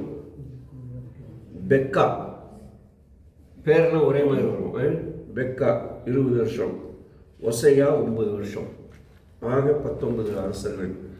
இவங்க ஒரு குடும்பத்திலிருந்து வராதவங்க, எல்லாரும் பல குடும்பத்தை சார்ந்தவர். சுமார் 10 குடும்பத்தை சேர்ந்த 19 ராஜாக்கள். எத்தனை குடும்பங்கள் நான் சொல்லிடுறேன் அப்புறமா. சுமார் 10 குடும்பம். சரியான எத்தனை குடும்பங்கள் நான் அப்புறம் சொல்கிறேன். இப்போ யூதாவை ஆண்ட ராஜாக்கள் இந்த பகுதியில் இந்த பகுதியை ஆண்டாங்க இல்லையா? இவங்க 20 ராஜாக்கள், இவங்க 19 ராஜாக்கள். இவங்க யாருங்கிறத நான் ஏற்கனவே சொன்னேன், இருந்தாலும் திரும்ப சொல்கிறேன். ரெகோபெயாம் 17 வருஷம். அபியாம் 3 வருஷம். ஆசா 41 வருஷம். யோசபாத் 25 வருஷம், கடவுளுக்கு பிரியமாக இருந்தவன். யோராம் 8 வருஷம். அகசியா 1 வருஷம். இப்போ இங்கே ஒரே ஒரு அரசி அத்தலியாள். அதாவது இவர் ரொம்ப இது பண்ணி வந்தார். 7 வருஷம் ஆட்சி செய்கிறார். யோவாஸ் 49 வருஷம். அமத்சியா 29 வருஷம். அசரியா 52 வருஷம். யோதாம் 16 வருஷம். ஆகாஸ் 16 வருஷம்.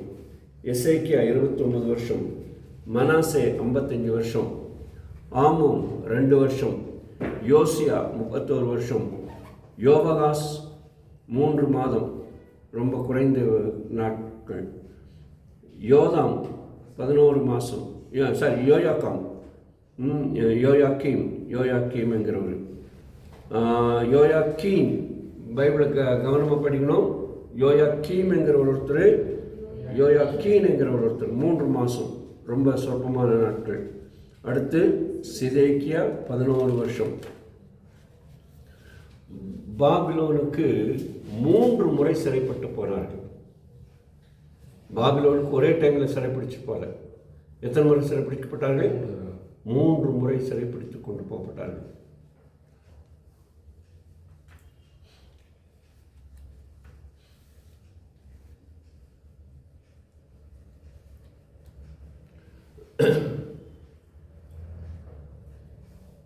இது இந்த ஒரு தேசம் மட்டும்தான், யூதயா மட்டும்தான் 3 தடவை.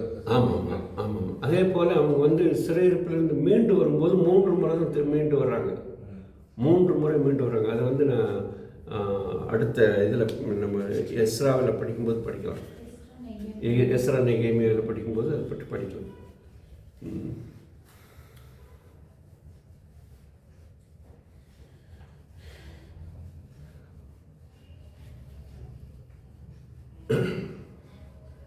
இஸ்ரவேல் மக்கள் தொடர்ந்து கடவுளுடைய பார்வையில் பொல்லாப்பானதை செய்தார்கள். கவனமாக கேளுங்க. இஸ்ரவேல் மக்கள் தொடர்ந்து கடவுளுடைய பார்வையில் பொல்லாப்பானதை செய்தார்கள். இதனாலே கடவுள் அவர்களை விட்டு விலகி போனார். அவர்களை விட்டு விலகி போனாலும் அவர்களை அவர் நேசித்ததுனால அவர்களுக்கு அவ்வப்போது தீர்க்கதரிசிகளை கட்டளையிட்டார். கடவுளுக்கு எப்போவுமே அது ஒரு முக்கியமான ஒரு காரியம். தீர்க்கதரிசிகளை எப்படியா கட்டளையிட்டுவார். அப்படி தீர்க்கதரிசிகளை கட்டளையிட்டதுனால எலியா, எலிசா என்ற மிகப்பெரிய தலைவர்களை தேவன் இவர்கள் மத்தியில் அனுப்பினார். தீர்க்கதரிசிகளுடைய தலைவர்கள். இந்த எலியா, எலிசாவுடைய கூட இருந்த சின்ன சின்ன தீர்க்கதரிசிகள் இருக்குங்களே, அவங்கள வச்சு எலியா தான் முதலாக தீர்க்கதரிசிகளுடைய பள்ளிக்கூடம் என்ற ஒரு பள்ளிக்கூடத்தை தொடங்கினார். இந்த தீர்க்கதரிசிகளுடைய பள்ளிக்கூடத்தில் தான் அந்த பள்ளிக்கூடத்தில் இருந்தவர்கள் தான் தீர்க்கதரிசிகளுடைய பிள்ளைகள் என்று அழைக்கப்பட்டார்கள். பைபிள் அப்படி இருக்குல்ல, தீர்க்கதரிசியுடைய பிள்ளைகள். தீர்க்கதரிசியுடைய பிள்ளைகள் என்றால் தீர்க்கதரிசியுடைய மாணவர்கள் என்று பொருள்.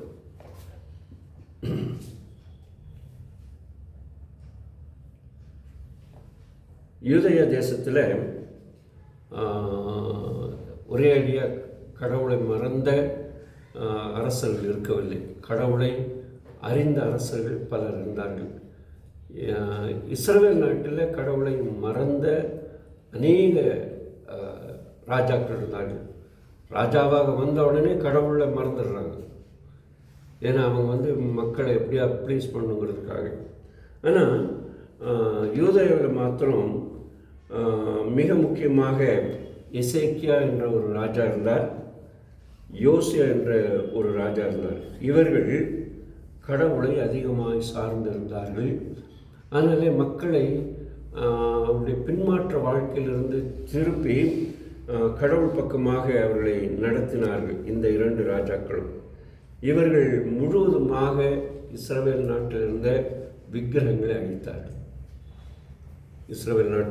இஸ்ரவேலுங்கிறவரை யூதேயாவில் இருந்த விக்கிரகங்களை அகற்றினார்கள். ஆக்சுவலி சொல்லப்போனால் இந்த இஸ்ரவேல் நாட்டில், பிளவுபடாத இஸ்ரவேல் நாட்டில் விக்கிரகங்கள் இவருக்கு காலத்துக்கு பிறகு யோசுவாவுக்கு பிறகு நியாயாதிபதி காலத்தில் கொஞ்சம் கொஞ்சமாக உள்ள நுழைஞ்சிருச்சு. அது அப்படியே மக்கள் மனசில் ஓரத்தில் இருந்துகிட்டே இருந்தது. என்ன, பக்தியானவங்க தான் சர்ச்சுக்கு வந்து நல்லா இது பண்ணுவாங்க. ஆனால் பக்கத்தில் அந்த விக்கிரக கோயில் பார்க்கும்போது அப்படி பண்ணிட்டு போவாங்க. நம்ம ஊரில் நிறைய இண்டோஸ் நம்ம சர்ச்சை பார்த்து சில போட்டு போகிறது பார்த்துருக்கோம்ல. ஏன்னா நான் ஆல்மோஸ்ட் டெய்லி பார்ப்பேன். போன வாரத்துக்கு முந்தின வாரம் ஒரு அதிசயமான ஒரு காரியம் நடந்தது. ஒரு 3வது பாளையத்தில் திருநங்கை அந்த அம்மா அப்படி வந்தாங்க, வேகமாக வந்தாங்க, சர்ச்சை பார்த்தாங்க, அப்படி கண்ணை முன்னாங்க, சிலுவை போட்டாங்க. அப்புறம் அந்த பக்கம் போகணுன்னு பார்த்துட்டு ஒரு 4 அடி எடுத்து அந்த பக்கம் வச்சுட்டு திரும்ப ரிவர்ஸ்லேயே வந்தாங்க. ரிவர்ஸில் வந்து நேராக உள்ளே வந்து அப்படியே உள்ளே வந்தாங்க. இந்த ஆண்கள் பக்கத்தில் ஒரு இடம் காலியாக இருந்ததாங்க. இப்போ டக்குன்னு உட்காந்தாங்க. ஆராதனை முடிகிற வரைக்கும் அந்த சர்ச்சில் உட்காந்துட்டு போனாங்க. ஆனால் அதே நேரத்தில் நிறைய பேரை பார்க்குறேன், சிலுவை போட்டு அப்படி போகிறத பார்க்குறேன் நான். அவங்க வேறு சர்ச்சுக்காரரா அதை ஹிந்துவான்னு தெரியாது. அந்த மாதிரி நம்ம இஸ்ரவேல் நாட்டிலையும் என்ன செய்தாங்க, தேவாலயத்துக்கு போவாங்க, தேவனை ஆராதிப்பாங்க. எங்கேயோ ஒரு மரத்துக்கு கீழே ஏதாவது கல் இது இருந்தால் அதுக்கும் கைக்கும் போயிருந்துருப்பாங்க. அந்த மாதிரி தான் அவங்களுக்கு காலகட்டம் இருந்தது. சார், அதனால் அந்த விக்கிரக ஆராதனையை முழுவதுமாக அழிச்சதில் யோசியாவும் இவர் வந்து முக்கிய பங்கு வகித்தாங்கிறத நான் சொல்ல விரும்புகிறேன்.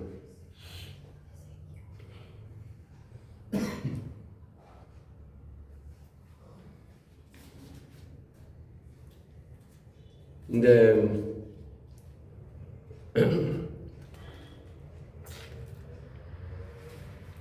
புஸ்தகத்தில் ஆண்டவருடைய கரிசனையை நாம் பார்க்க முடியும். தேசம் அழிவை நோக்கி போய்கொண்டிருக்கும் பொழுது, தேசம் அழிவை நோக்கி போய்கொண்டிருக்கும் போது தேவன் ஜனங்களை எச்சரிப்பதற்கு அவ்வப்போது தீர்க்கதரிசிகளை அனுப்பினார். நான் ஏற்கனவே சொன்னபடி பைபிளில் கிட்டத்தட்ட 30க்கு மேற்பட்ட தீர்க்கதரிசிகள் இருந்தார்கள் என்று சொல்ல பைபிளில் இந்த 2 புஸ்தகத்தில். அதில் ஒரு சிலருடைய பேர் சொல்லப்படவே இல்லை, சிலருடைய பேர் சொல்லப்படவில்லை. அது பைபிளில் நிறைய இடத்துல வரும், பேர் தெரியாத தீர்க்கதரிசிகள்.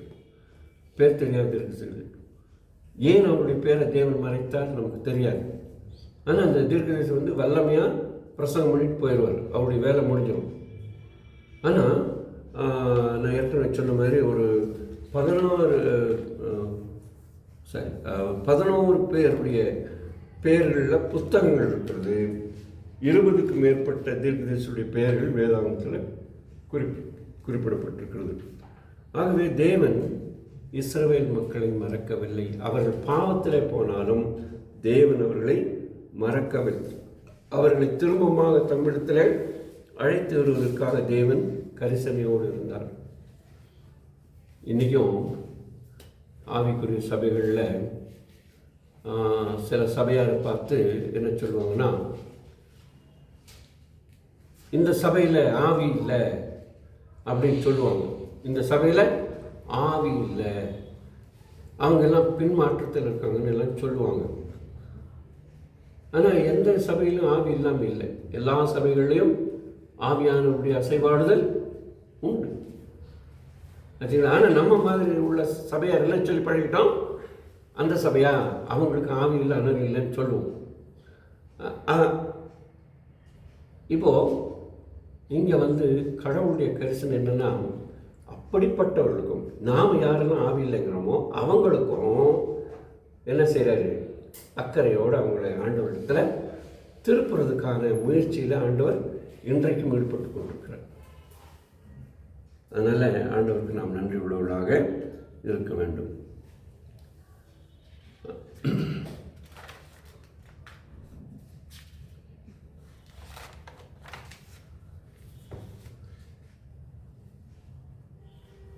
ரெண்டு ராஜாக்கள் 17வது அதிகாரம் வரைக்கும் நீங்கள் 1லிருந்து 17வது அதிகாரம் வரைக்கும் படிக்கும். ரெண்டு ராஜாக்கள் முதல் 17 அதிகாரத்தில் படிக்கும்போது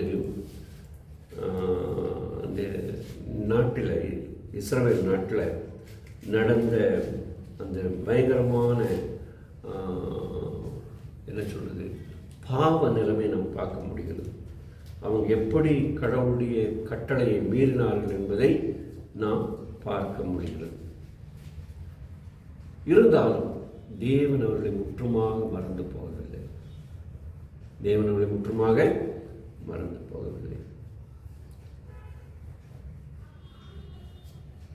13வது அதிகாரத்திலிருந்து 25வது வரைக்கும் யூதேயா, நான் ஏற்கனவே சொன்னது போல 3 முறை சிறைப்பிடித்து கொண்டு செல்லப்பட்டார்கள்.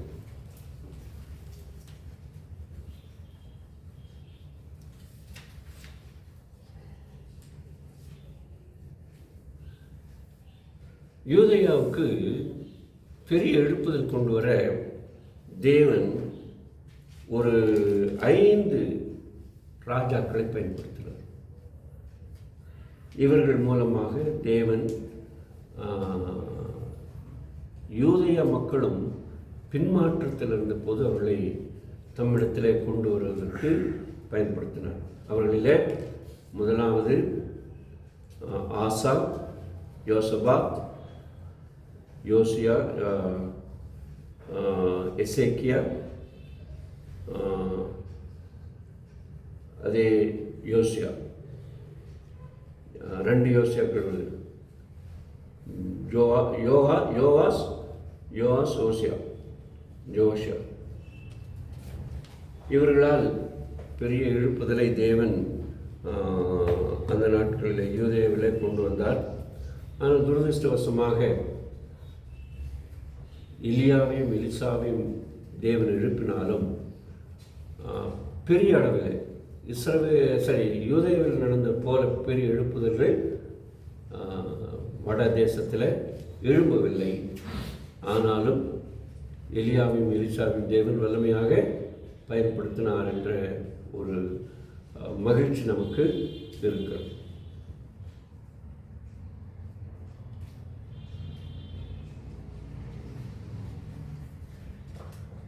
இப்போ இந்த புஸ்தகம், சரித்திர புஸ்தகம் நமக்கு சொல்லுகின்ற சில முக்கியமான தகவல்களை நான் உங்களுக்கு சொல்ல விரும்புகிறேன்.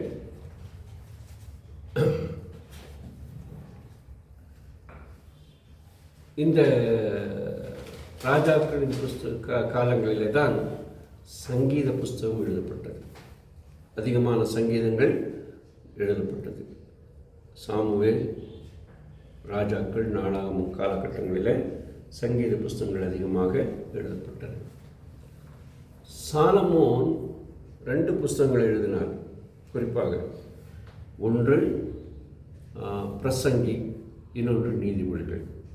நீதிமொழிகளை அவர் முதல் 20 ஆண்டுகளிலே ஆண்டவரோடு நெருங்கி இருந்த போது எழுதினார். 2வது பிரசங்கி புஸ்தகத்தை அவர் கடவுளை விட்டு பின்வாங்கின நிலையில் கிட்டத்தட்ட மரண தருவாயில் இருந்தபோது எழுதினார் என்று நம்பப்படுகிறது. இந்த புஸ்தகத்தை, பிரசங்கி புஸ்தகத்தை. ஆக சாலமோனால் எழுதப்பட்ட இந்த 2 புஸ்தகங்களும் மிக மிக முக்கியமானது. உன்னத பாட்டு புஸ்தகத்தை பற்றி நீங்கள் கேட்கலாம். உன்னத பாட்டு புஸ்தகம் இதற்கு இடைப்பட்ட ஏதோ ஒரு காலகட்டத்தில் அவர் எழுதியிருப்பார்.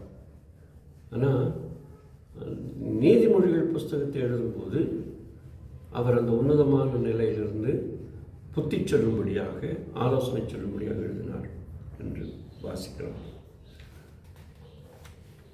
இந்த 2 ராஜாக்களின் புஸ்தகத்தில் பற்றி சில புள்ளி விவரங்கள். இது 12வது புஸ்தகம். நம்முடைய வேத புஸ்தகத்தில் 12வது புஸ்தகம் 25 அதிகாரங்களை கொண்டது. சுமார் 719 வசனங்கள் மாத்திரம் உண்டு. அதனால் இந்த 25 அதிகாரம் அடங்கிய இந்த புஸ்தகத்தை ஒரே அமர்விலே படித்து முடித்து விடலாம். ஒரே அமர்வு என்ன, இருந்த இடத்துல உட்காந்து படித்து முடிச்சிடலாம். முயற்சி செஞ்சிங்கன்னா இந்த 1 சாமுவேல், 2 சாமுவேல், 1 ராஜாக்கள், 2 ராஜாக்கள், 1 நாளாகவும் 2 நாளாகவும் ஆகிய இந்த 6 புஸ்தகங்களையும் கதை போல படித்தார். 6 நாளில் படித்து முடித்து விடலாம். பைபிளை நீங்கள் சாதாரண கதை புஸ்தகம் படிக்கிறவங்க யாராக இருப்பீங்களான்னு தெரில. கதை புஸ்தகம் படிக்கிறவங்களா இருந்தால், நாவல் படிக்கிறவங்களா இருந்தால், இந்த புத்தகங்களை ஒரு நாள் ஒரு புத்தகமாக வாசித்து முடிச்சிடலாம். அதனால் நீங்கள் காலம் தாழ்த்தாமல் இந்த புத்தகங்களை கதை வடிவிலும் கருத்து வடிவிலும் படிக்க உங்களை ஊக்கப்படுத்துகிறேன். ஆண்டவருக்கு சித்தமானால் அடுத்த வகுப்பில் நாளாகம் புஸ்தகத்தை நாம் பார்ப்போம். நாளாகம் புஸ்தகத்தோடு கூட சிறையிருப்பிலிருந்து மீண்டு வந்த எஸ்ரா, நெகேமியா புத்தகங்களோடு கூட சேர்ந்து இணைந்து படித்து முடித்து விடலாம் என்று நம்புகிறேன். உங்களுக்கு ஏதாவது வினாக்கள் அல்லது வேறு ஏதாவது இருந்தால் நீங்கள் கேட்கலாம்.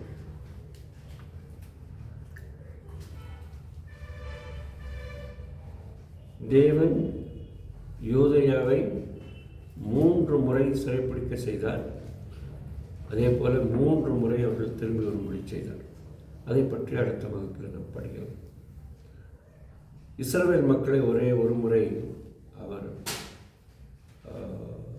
அசீரியாவுக்கு அழைத்து சென்றார். அசீரியாவில் சென்றவர்கள் அநேகர் காணாமல் போய்விட்டார்கள். பலர் பல பக்கங்களில் சிதறடிக்கப்பட்டார்கள். தேவன் அவருக்கென்று வைத்திருந்த மக்கள்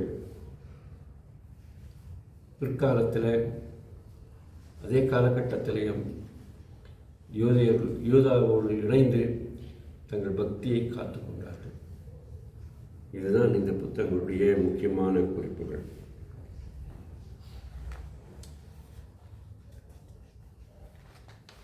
எப்போ அவங்க வந்து அசிரியாவுக்கு எத்தனை வருஷம் இருந்தாங்க அதெல்லாம் கணக்கு? எது அசிரியாவுக்கு எத்தனை வருஷம் சிறைப்பட்டு போனார்கள்? அசீரியாவுக்கு சிறைப்பட்டு போனவங்க அவ்வளோதான். அவங்கள பற்றி ஒரு வரலாறு கிடையாது. சிறைப்பட்டு போனாங்க. அவங்க அப்படியே அசீரியர்களோட கல்யாணம் பண்ணி சிலர்லாம் அவங்க பக்தி விருத்தி பார்க்கறதுக்காக அந்த நாட்டிலேருந்து பிரிஞ்சு போய் பல இடங்களில் சிதறி போனாங்க. இப்போ அந்த இஸ்ரவேலர்களா என்று தேடி பார்க்க கூட ஜல்லடை போட்டால் கூட கண்டுபிடிக்க முடியாது. அந்த தகவல் இல்லை. ஆனால் யூதர்கள் இருக்கிறவங்க மட்டும்தான் சிறைப்பிடிக்கப்பட்டவங்க ஒருத்தர் கூட வீணாகாமல் இங்கே திரும்ப வந்தாங்க. அஃப்கோர்ஸ் அங்கே இறந்து போனாங்க கொஞ்சம் பேர்னா பாபிலோனில். அவங்களுக்கெல்லாம் இது ஒரு பாடமாக இருந்தது. அதனால் அந்த யூதய மக்களை வந்து ஆண்டவர் பாதுகாத்து கொண்டு வந்தார். அந்த ரெண்டு கோத்திரம் வந்துட்டு பெஞ்சமின் அண்ட் யூதா கோத்திரம். அதில் இவங்களும் இருந்தாங்க கொஞ்சம் பேர். இந்த லேவி கோத்திரம், ஏன்னா லேவி கோத்திரம் அந்த இதில் கணக்கில் வர்றதில்லை. அதனால் லேவியர்கள் கீழே தான் இருந்தாங்க. பாபிலோனில் தான் எகிப்தில் தான் இருந்தாங்க. எகிப்துங்கிற யூதேவில் தான் இருந்தாங்க. அதனால் யூதாவில் இது பண்ணிக்கலாம். பெஞ்சமின்ல இந்த தென் தென் தென் பகுதியில் தான் இருந்தாங்க.